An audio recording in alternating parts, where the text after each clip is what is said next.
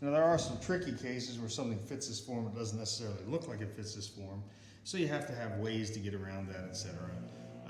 One of those, I'm just going to do one example here, but it could show up in any one of those three forms.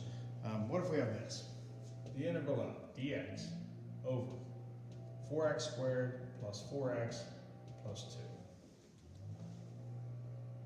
2. Okay, so if I have that, I look at this and I say, well, you know, if it wasn't for that 4x there, I could say, well, u is 4x squared, u squared is 4x squared, and a squared is 2, and I'd be able to go directly to an inverse tangent form. The fact that there's no square root is pointing me toward inverse tangent, but I have this 4x in there also, and that causes me some level of discomfort. So I look at this and I say, well, what can I possibly do? Well, one thing that I could do here is I could say, well, I can factor 2 out of everything. That doesn't necessarily help me. I could factor 4 out of everything. That doesn't necessarily help me either. I can turn off my alarm. That doesn't necessarily help me either. But the thing that I can do here is if I know about completing the square, then I can look at this and say, well, I'm going to have, you know, two terms like that, one with an x and one with an x squared, then it is possible for me to make this a perfect square, so there's going to be something squared, not just a single term, not just like 2x squared, but something like x plus 2 quantity squared or something of that nature. So when I think about this, I look at 4x squared plus 4x and think, what would I need in order to complete the square there? Well, if you think about this, how would you factor, you know, what would you be factoring to get here? You'd have 2x times 2x would give you 4x squared. This is just reversing the FOIL method, right? And 2x plus 2x gives me 4x.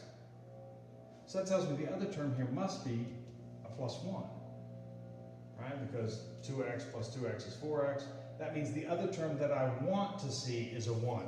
I see a 2 instead. So I rewrite this thing and say, well, this is 4x squared plus 4x plus 1. I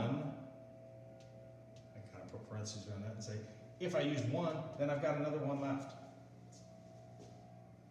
Then I say, well, this whole thing is just 2x plus 1 squared, so this looks like dx over 2x plus 1 quantity squared plus 1 squared, and I'm getting closer to that form that I want.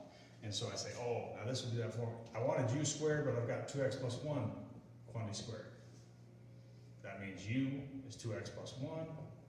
That means du dx is 2, and dx is equal to du over 2. In this case, a is just 1, so I'm not even worried about that. A equals 1. All right, and then that doesn't come into my calculations very much. So then I say, okay, I can rewrite this. dx is du over 2. In addition to that, what do I have? I've got u squared. I've got 1 squared. I can bring the 2 outside, so that's 1/2 of the integral of. And then I have precisely the form u squared plus a squared, where a is 1.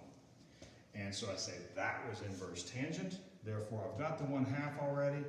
1 over a, but a is 1, so it's 1 over 1. I've got inverse tangent of u over a. A is 1, u is 2x plus 1, so it's the inverse tangent of the whole thing, 2x plus 1, all over 1, which I don't have right now. And you could have a completed square case in, you know, inverse secant, inverse sine, whatever.